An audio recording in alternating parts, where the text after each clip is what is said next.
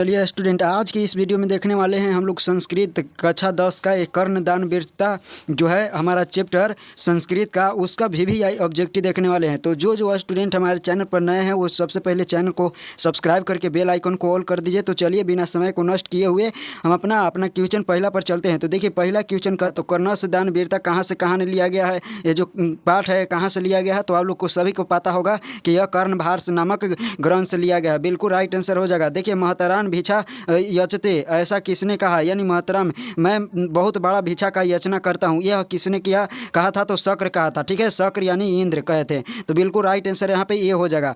आगे लोग ध्यान से देखिएगा कि सूर्य पुत्र कौन था, तो यहाँ पे राइट आंसर क्या हो जाएगा, कर्ण हो जाएगा। आगे लोग ध्यान से देखिए भास के कितनी नाटक है, तो कितनी नाटक है, तो 13। बिल्कुल राइट आंसर यहाँ पे बी हो जाएगा। आगे लोग ध्यान से देखिएगा कर्ण किसके पक्ष से युद्ध कर रहा था, तो किसके पक्ष से युद्ध कर रहा था, तो कौरव के पक्ष से जो है वो युद्ध कर रहा था। आगे आप लोग ध्यान से देखिएगा छठा क्वेश्चन कहता है कि ब्राह्मण रूप में कौन प्रवेश किया, तो कौन किया था ब्राह्मण रूप में प्रवेश, तो इंद्र किए थे। ठीक है, इंद्र ब्राह्मण के जो है रूप में क्या किए थे, प्रवेश किए थे, किसके पास, तो कर्ण के पास। आगे लोग ध्यान से देखिए दानवीर कौन था, तो कर्ण था। बिल्कुल सी बिल्कुल राइट आंसर हो जाएगा। आगे लोग ध्यान से देखिए सारे ऑब्जेक्टिव जो है महत्वपूर्ण ऑब्जेक्टिव है।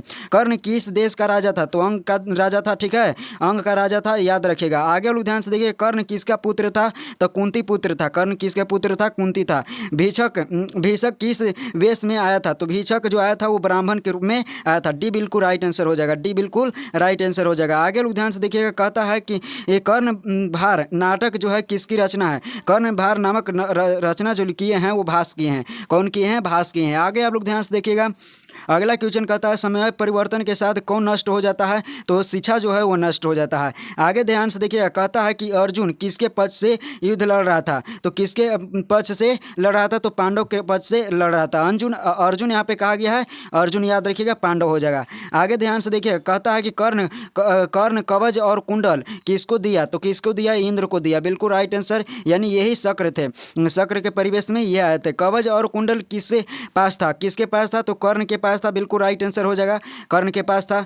आगे लोग ध्यान से देखिएगा देखिए कहता है कि कर्ण ने कवच और कुंडल देने के पूर्णतः अंत यानी अंततः क्या देने की इच्छा प्रकट की, यानी सबसे पहले देखिए कर्ण जो है वो अपना कवच और कुंडल देने से पहले अपना क्या इच्छा जताता है, तो सबसे कहता है उससे पहले कि अपना पहले सिर दे देता हूँ, तो उसके बाद कहते हैं कि नहीं, हंस कर कहते हैं कि नहीं से हमको सिर नहीं चाहिए, कुछ और दे दो। ठीक है ना, तो उसके बाद है कहता है यहाँ पे अगला क्वेश्चन कहता है कि कर्ण के कवच और कुंडल, ठीक है, कवच और यहाँ पे कुंडल होगा कि क्या विशेषता थी, तो क्या विशेषता था, तो उसको कभी भी भेदा नहीं जा सकता है। भेदा मतलब कि कभी भी उसको तोड़ा नहीं जा सकता है, कभी भी उसको नष्ट नहीं किया जा सकता है, कभी भी उसको मारा नहीं जा सकता है। जिसके पास है यानी कर्ण के पास जब तक ये रहेगा उसको भेद नहीं सकता है, चाहे पृथ्वी के कोई भी शक्ति हो। यहाँ पे आपको ध्यान से दिए कि न ददाप्यम न ददाप्यम व्यम, यह किसने कहा,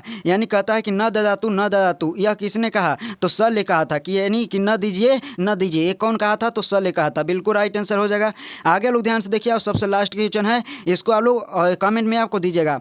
कर्ण से दान वीरता पाठ के लेखक कौन है, तो यहाँ पे राइट आंसर क्या हो जाएगा, आप कमेंट में कीजिएगा, इसका आंसर देने का प्रयास कीजिएगा कमेंट में, तो बिल्कुल इसका राइट आंसर दीजिएगा। ठीक है, तो मिलेंगे हम लोग अगले वीडियो में, तब तक के लिए जय हिंद। और सभी ये ऑब्जेक्टिव क्वेश्चन महत्वपूर्ण है।